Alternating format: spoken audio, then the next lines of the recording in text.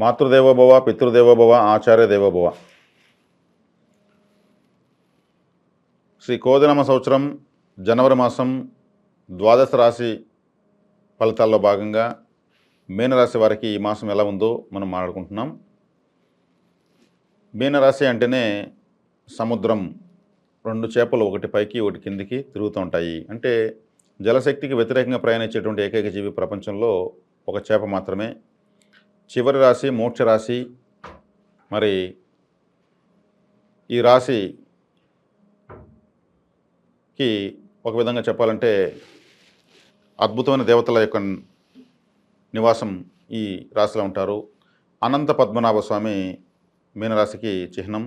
అదేవిధంగా తిరుచెందూరు సుబ్రహ్మణ్యేశ్వర ఆలయము సముద్రం పక్కనే ఉంటుంది.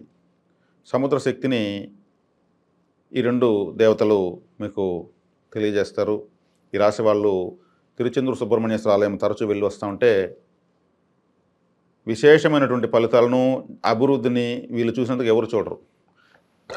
అనంత పద్మనాభ స్వామి యొక్క ఆరాధన వీళ్ళు విశేషంగా చేసుకోవచ్చు, యాక్టివేట్ అయిపోతారు. అది గురుబలం ఉన్ని లేకపోని, శని బలం ఉన్ని లేకపోని, ఏ గ్రహము బలం లేకపోని మీరు మాత్రం డెవలప్ అవుతారు. ప్రస్తుతం ఈ రాశిలో రాహు ఉన్నాడు, సప్తమంలో కేతు ఉన్నాడు, తృతీయంలో గురువు ఉన్నాడు, పంచమంలో కుజుడు ఉన్నాడు, వ్యయంలో శని శుక్రులు ఉన్నారు, లాభంలో రవి బుధుడు ఉన్నారు. మరి చంద్రుడు యథాప్రకారం 2.5 రోజులకు ఒకసారి అన్ని రాశులు మారుతున్నాడు. ఏలినాటి శని ఉంది, గురుబలం లేదు, కుజబలం లేదు. రాహు లగ్నంలోనే ఉన్నాడు, రాశిలోనే ఉన్నాడు, సప్తమంలో కేతు ఉన్నాడు. రవి బలం ఒకటి తప్పితే ఇంకా ఏ బలము లేదు. ఏలినాటి శని ప్రభావం వల్ల, గురుబలం లేకపోవడం వల్ల చాలా ఇబ్బందులు పడుతున్నారు. రాహుగ్రహం జన్మలో ఉండడం వల్ల బుర్ర పనిచేయడం లేదు. రాహు అంటే మెలిఫిక్ ప్లానెట్. ఎటువంటి ఫిజికల్ బాడీ ఉండదు. ఒక పొగ, ఒక ఎనర్జీ, ఒక వర్చువల్ బాడీ, ఒక ఊహ, ఒక బ్రహ్మ. రాహు అంటే ఒక ఆశ, తీరని ఆశ, అత్యాశ, పేరాశ. కాబట్టి ఈ సప్తమ స్థానంలో కేతు ఉండడం వల్ల డిటాచ్మెంట్ ప్లానెట్. సమాజంతో సంబంధాలు కట్ అయిపోతాయి, భార్యతో గొడవలు వస్తాయి, భాగస్వాములతో గొడవలు వస్తాయి, వ్యాపారాలు నష్టాలు వస్తాయి. కాబట్టి వీళ్లకు విశేషంగా ఈ మాసం చెప్పాలంటే నేను ఏ విధమైన శుభ ఫలితాన్ని చెప్పలేను. రవి లాభస్థానంలోకి రావడం వల్ల ధీమా పెరుగుతుంది, ధైర్యం పెరుగుతుంది. తప్పితే ఆదాయం కూడా రాదు. రాహు జన్మలో ఉన్నంత వరకు రాదు. రాహు జన్మస్థానం వదిలితే చివరకు మళ్ళీ శనిగ్రహం జన్మంలోకి వస్తుంది. శనిగ్రహం జన్మంలోకి వచ్చినప్పుడు మీరు వరాహస్వామి ఆరాధన, అనంత పద్మనాభ స్వామి ఆరాధన, సుబ్రహ్మణ్య ఆరాధన మీరు ఖచ్చితంగా చేయాల్సిందే. శనికి తైలాభిషేకము ఇంకెక్కడో వెళ్ళి రావడం వల్ల మీకు ప్రయోజనం లేదు. అప్పు చేసుకుని ఆ గుళ్ళకంతా వెళ్ళొద్దండి. చక్కగా మీరున్న చోటనే నేను చెప్పిన పరిహారాలు చేసుకోండి. ఏలినాటి శని ఉంది మీకు, ఇంకా కూడా 5.5 సంవత్సరం పాటు ఉంది. ఈ 5.5 సంవత్సరం పాటు శని గ్రహాన్ని ఎదుర్కోవాలంటే అంత ఆషామాషి విషయం కాదు. శని గ్రహం ఈ రాశికి విశేష పాపాన్ని, చెడు ఫలితాలను ఇచ్చేటువంటి గ్రహం. మీకు జన్మ రాశిలో రాహు ఉన్నాడు. చక్కగా మీరు గరుక్మంతుని ఆరాధించండి. రాహు యొక్క తీవ్రత తగ్గిపోతుంది, కేతు యొక్క తీవ్రత తగ్గిపోతుంది. అదేవిధంగా మీరు ఒక లబ్బర్ పాము 2 తీసుకోండి, బొమ్మ పాములు. ఏదైనా కాలువలోనూ, బావిలోనూ, చెరువులోనూ వదలండి. అదొక పరిహారం. రాహు కేతు 2 పాములు బొమ్మలు తీసుకుని వదలండి. ఒరిజినల్ పామే వదలాలి. తంత్రశాస్త్రం ప్రకారం అది అసాధ్యం, అది చేయలేరు. అటువంటి సాహసాలకు వెళ్ళకండి. లబ్బర్ పాములు వదలండి. పాములకు పూజ చేయకండి. ఇప్పుడు రాహు జన్మలో ఉన్నాడు, ఇంకా దోషం పెరిగిపోతుంది. దోషానికి పూజ చేయకూడదు. కాబట్టి గరుక్మంతునికి పూజ చేయండి. గరుక్మంతుడు ఎక్కడ ఉంటాడు? ప్రతి పున్నమి గరుడ సేవ తిరుమల క్షేత్రంలో జరుగుతుంది. పున్నమి గరుడ సేవలో పాల్గొనండి, వచ్చేయండి, చాలు, మీకు యాక్టివేట్ అయిపోతారు. అదేవిధంగా మీ ఊర్లో మీకు దగ్గరలో ఏదైనా ప్రాచీన విష్ణు ఆలయము, వెంకటేశ్వర స్వామి ఆలయం ఉంటే ఆయనకు ఎదురుగా ఆయన వాహనం గరుక్మంతుల వారు అంటారు. చక్కగా అడవిలో 1 గంట కూర్చోండి. పుష్పాలు ఆయన పాదాల వద్ద పెట్టండి. కొబ్బరికాయ కొట్టండి, అగరవతులకు ఇచ్చిన దీపం పెట్టండి, నమస్కరించుకుని కూర్చోండి. గరుక్మంతుల వారి శక్తితో మీకు రాహుకేతుల యొక్క ప్రభావము, చెడు ప్రభావం తగ్గిపోతుంది. అనంత పద్మనాభ స్వామి యొక్క ఆరాధన, తిరుచెందూరు శ్రీ సుబ్రహ్మణ్యేశ్వర స్వామి యొక్క ఆరాధన మీరు ఎక్కువ చేయండి. సముద్రంలో ఉండేటువంటి సముద్రం పైన పడుకున్నటువంటి ఒక షిప్ పైన, అంటే ఆదిశేషుడి పైన అనంత పద్మనాభ స్వామి. మీకు కుదిరితే కేరళ వెళ్ళరండి ఆ ఆలయానికి. ఏలినరసింహ అంటే కూడా మీరు డెవలప్ అవుతారు. వరాహస్వామిని ఆరాధించండి. ఆయన జలమయమైనటువంటి భూగ్రహాన్ని ఉద్ధరించేదానికి పుట్టినటువంటి దేవత. కాబట్టి మీకు ఏలినరసింహ విశేషంగా యోగిస్తుంది. మీకు అదృష్టం ఖచ్చితంగా వచ్చే తీరుతుంది, డౌటే లేదు. ఆయన జన్మలోకి శని గ్రహం వచ్చినా కానీ మీకు వరాహస్వామి, అనంత పద్మనాభ స్వామి, తిరుచెందూరు సుబ్రహ్మణ్య స్వామి చాలు, మీకు త్రిశూలంలాగా పనిచేస్తుంది. ప్రస్తుతానికి రాహుమార్దశకు మీరు గరుక్మంత్రి ఆరాధన చేయండి. లాభంలో రవి వచ్చాడు, లాభంలో రవి వస్తే ఒక ధైర్యాన్ని ధీమాన్ని ఇస్తాడు, స్థైర్యాన్ని ఇస్తాడు, అంతకుమించి ఏం రాదు. కాబట్టి ఈ రాశి వాళ్ళు దైవబలాన్ని పెంచుకోవడమే మార్గం తప్పితే రెండోది లేదు. దైవబలాన్ని పెంచుకునేటువంటి సూక్ష్మాలు నేను చెప్పించాను, వాటిని ఆచరించుకోవడం మీకే తెలుస్తుంది. చెప్పుకోవడానికే వెళ్ళినట్టు ఉంటుంది, చెప్పుకోవడానికి ఆ బలం లేదు ఈ బలం లేదు, కానీ మీరు బలవంతులు అయిపోయింటారు, ఇందులో డౌటే లేదు. మీకు నేను మాస బలమే చెప్తున్నాను, దాంట్లో భాగంగా జీవిత బలమే చెప్తున్నాను. మీనరాశి వాళ్ళందరూ సంతోషంగా ఉండాలని మరి కోరుకుని మరీ చెప్తున్నాను. ఇది వాస్తవం. నేను చెప్పిన ఆచరించారంటే మీ జీవితం చక్కబడుతుంది. ఇది నాకు భగవంతుడు ఇచ్చిన వరం.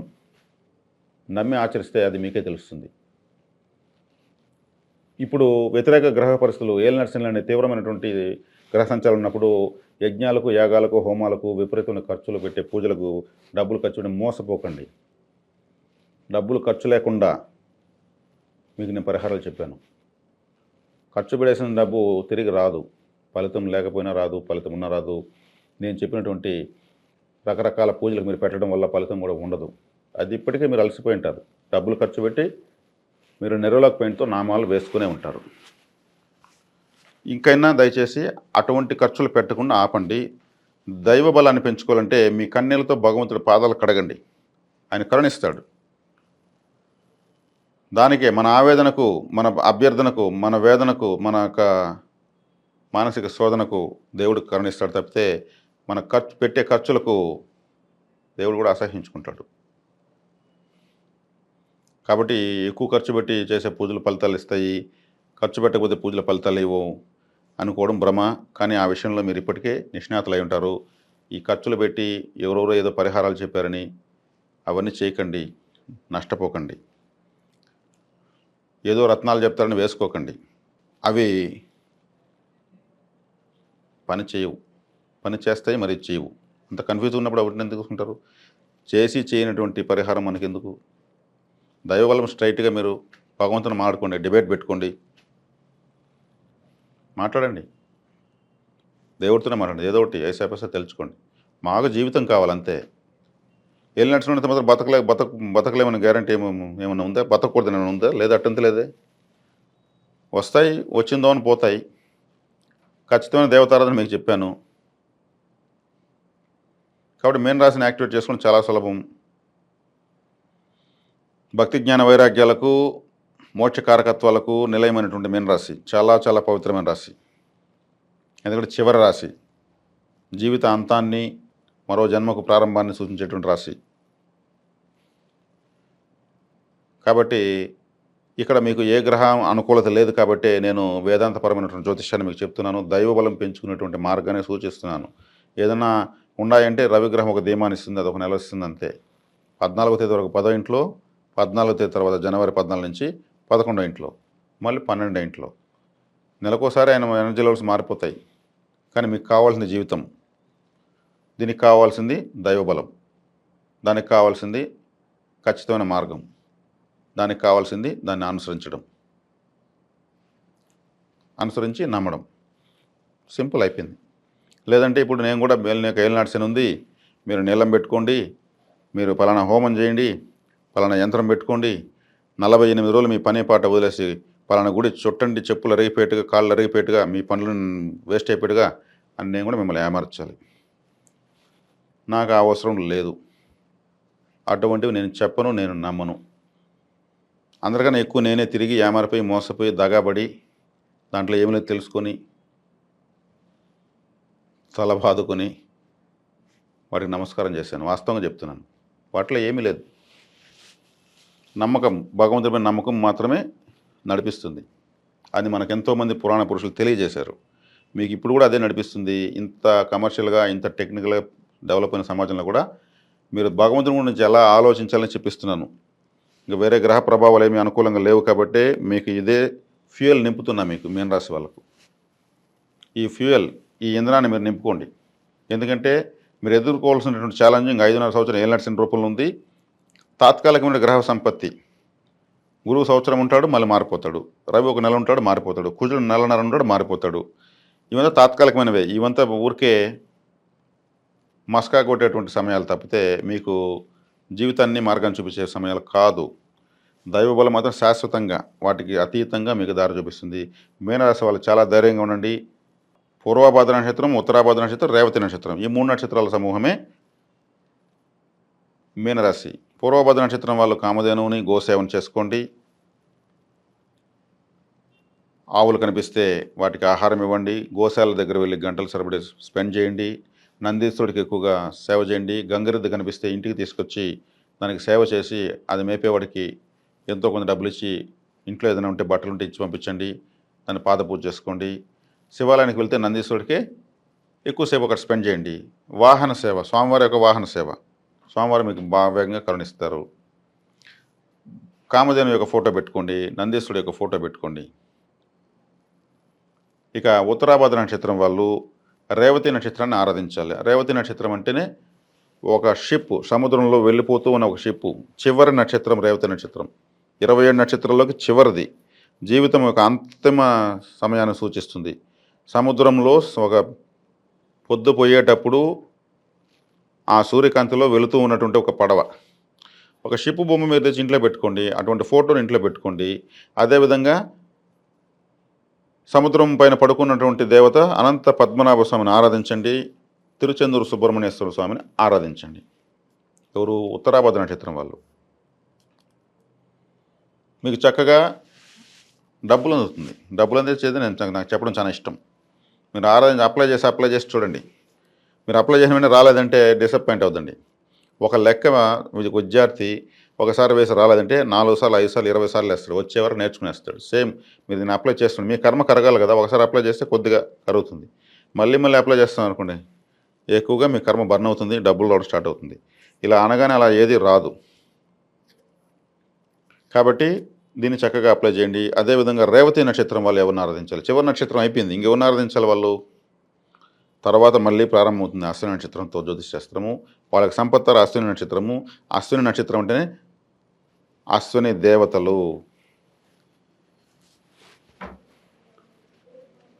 చక్కగా అశ్విని దేవతల గుర్రాల ఫోటో మీరు ఇంట్లో పెట్టుకోవచ్చు. గుర్రపు బొమ్మను మీరు ఇంట్లో పెట్టుకోవచ్చు. హార్స్ కోర్స్ దగ్గరికి మీరు వెళ్ళి రావచ్చు. హార్స్ కోర్స్, గుర్రాల పరుగు పందాలు మీరు యూట్యూబ్లో చక్కగా చూడొచ్చు. గుర్రం పైన ఉన్న దేవతలు మీరు చక్కగా ఆరాధించవచ్చు. గుర్రం పైన ఉన్న దేవతలు ఎవరు? కల్కి భగవాన్. ఇంకా రాబోయే అవతారం అదే. ఇక్కడ అంతంతో ఉన్న నక్షత్రానికి ఆరంభమైనటువంటి అవతారం కల్కి భగవానుడు. ఆయన గుర్రం పైన, తెల్లటి గుర్రం పైన పొడవాటి కత్తెత్తుకుని వస్తూ ఉంటాడు. అదేవిధంగా హయగ్రీవ స్వామి, హయగ్రీవుడు గుర్రపు ముఖంతోనే ఉంటాడు. ఆ దేవత మీరు చక్కగా ఆరాధించవచ్చు. రేవతి నక్షత్రం వాళ్ళకు విశేషంగా యోగిస్తుంది. అశ్విని నక్షత్రము అంటే మొట్టమొదటి నక్షత్రము. ఆ మేషరాశి అంటే తల. అశ్విని నక్షత్రానికి అది గ్రహము కేతువు. కేతువు అంటేనే వెంట్రుకలు. కాబట్టి మీరు చక్కగా అశ్విని హెయిర్ ఆయిల్ వాడచ్చు. అదే పేరుతో ఉంది. ఆ నక్షత్రానికి అధిదేవతన కేతువుకి వెంట్రుకలు అంటే కేతువు. మీకు సంపత్తారగా ఉంది. తల మీదనే ఆయిల్ పెడతారు. తల అంటేనే మేషరాశి. మేషరాశిలోనే మొదటి నక్షత్రం. కాబట్టి అశ్విని హెయిర్ ఆయిల్ మీరు రేవతి నక్షత్రం వాళ్ళు చక్కగా వాడచ్చు. ఇంక వేరే హెయిర్ ఆయిల్ రాలేదు. అశ్విని నక్షత్రంతో జ్యోతిశాస్త్రం ప్రారంభమవుతుంది. అంటే జ్యోతిశాస్త్రం ప్రారంభం తల నుంచే ప్రారంభమవుతుంది. తలపైన వెంట్రుకలు ఉంటాయి. ఆ వెంట్రుకల కారకుడు కేతువే. దాంతో ఉన్నటువంటిది ఆయిలే అశ్విని హెయిర్ ఆయిల్. అది చక్కగా విశేషమైనటువంటి ప్రాచుర్యాన్ని పొందింది. కోట్లాది మంది మన్ననలు పొందింది అశ్విని హెయిర్ ఆయిల్. అది మీరు రేవతి నక్షత్రం వాళ్ళు వాడచ్చు. మీకు సంపత్కరం. వాడి చూడండి, మీకే తెలుస్తుంది. చక్కటి ఆయిల్ అది. నేను కూడా నా జాతకరీత్యా వేరే వాళ్ళకి దానం ఇచ్చాను. ఇవ్వడం వల్ల తలనొప్పి తగ్గిపోతుంది. హెడేక్ ఉన్న వాళ్ళకి అశ్విని హెయిర్ ఆయిల్ దానం ఇచ్చేస్తే చాలు, తలనొప్పి తగ్గుతుంది. అంటే వైద్యం సెట్ అవుతుంది అర్థం. ఇవి సులభమైనటువంటివి, ఖర్చు లేనటువంటివి, ఖచ్చితమైనవి, నమ్మకమైనటువంటివి. ఇటువంటి పరిహారాలు చేసుకోండి. మేము అట్లా కాదు పలానా రాళ్ళే నమ్ముతామంటే మీరు కావాలంటే దండగుట్టి మెళ్ళ వేసుకోండి, అది మీ సౌకర్యం. కాబట్టి మీనరాశి వాళ్ళు తీవ్రమైనటువంటి గ్రహ వ్యతిరేక ప్రభావాలను ఎదుర్కొంటున్నారు. ఇక్కడ విద్యార్థులు కాంపిటీషన్ ఎగ్జామ్స్లో ఉన్నవాళ్ళు, విదేశాలకు వెళ్ళాలనుకున్న వాళ్ళు, స్త్రీలు, వివాహాలు జరగాలనుకున్న వాళ్ళు అన్నీ చేస్తారు, కానీ పోరాటంతో చేస్తారు. ఏలినాటి శని వచ్చిందంటే ఆయన ఇల్లు కట్టిస్తాడు, పెళ్లి చేస్తాడు, పిల్లలు పుడతారు, అప్పులు తీరుస్తారు, అప్పులు చేస్తారు, అప్పుల వాళ్ళతో పోరాడతారు, అప్పుల వాళ్ళకి తప్పించుకొని తిరుగుతారు, మళ్ళీ పోయి ఎదురుపోయి వాళ్ళు డబ్బులు ఇస్తారు. మొత్తం అంతా గేమ్ ఆయన వైకుంఠ పాలు చూపిస్తాడు. ఏలినాటి శనిలో అన్ని శుభకార్యాలు జరుగుతాయి. గురుబలం ఉంటే అసలు చాలా జరగదండి. ఏలినాటి శని 7.5 సంవత్సరం మీకు జీవితం మొత్తం నేర్పిస్తాడు. గురుబలం సంవత్సరం ఉండదు. అది మస్కా కొట్టే టైం అంటాను నేను మాత్రం. ఏలినాటి శని ఉంటే మీకు అన్ని టెన్షన్లు, అన్ని శుభకార్యాలు. బాగా డబ్బు ఉండే వాళ్ళు కూడా ఏలినాటి శని వస్తే ఒక ప్రోగ్రామ్ వస్తుంది, వాళ్ళు ప్రిస్టేజ్ అయినట్టు డబ్బు మొత్తం ఖర్చు పెడతారు. సంవత్సరం దాకా మళ్ళీ వాళ్ళకి ఇబ్బంది అయిపోతుంది. శనేశ్వరుడు కాబట్టి ఫుల్ ఖర్చు పెట్టిచ్చేస్తాడు, హోదాకు తగ్గకుండా ఖర్చు పెట్టిస్తాడు. డబ్బున్న వాళ్ళు కూడా లేకపోతే ఎట్లుంటుందో వాళ్ళకి నేర్పిస్తాడు, పొదుపుతనాన్ని ఎలా చేసుకోవాలో చూపిస్తాడు. కాబట్టి కష్టాన్ని సుఖాన్ని తిప్పించి మలిచి 8 వైపుల సునామీ రప్పించి జీవితాన్ని నేర్పించి కడిగిన ముత్యంలాగా వారి జీవితాన్ని వాళ్ళ చేతిలో పెట్టి వెళ్ళిపోయేటువంటి ధర్మదేవత శనిగ్రహం, శని భగవానులు. ఆయన ఏకవచనంతో పిలవకూడదు, ఆయన ధర్మదేవత. అందుకే ధర్మదేవత కూడా కళ్ళకు నల్లగుడ్డ కడతారు కోర్టులో. ఆయన ధర్మదేవత. ఆయన అర్థం చేసుకుంటే ఆయన కామధేనువు కల్పవృక్షం కన్నా గొప్పవాడు. కాబట్టి ఇది అదృష్టంగానే భావించవచ్చు. నా జ్యోతిష్యము, నేను ఇచ్చే పరిహారాలు, నేను చెప్పేటువంటి మాస ఫలితాలు కావచ్చు, కఠినంగానే ఉంటుంది. మీరు ఆలోచిస్తే మాత్రం చాలా సులభంగా ఉంటుంది. ఇది మీరు ఒకసారి కళ్ళు మూసుకుని ఆలోచించుకోండి, మీకే తెలుస్తుంది. నమ్మకం లేని వాళ్ళు నమ్మకపోవచ్చు, నమ్ముకున్న వాళ్ళు నమ్మండి, నమ్మిన వాళ్ళు ఆచరించండి. శుభం.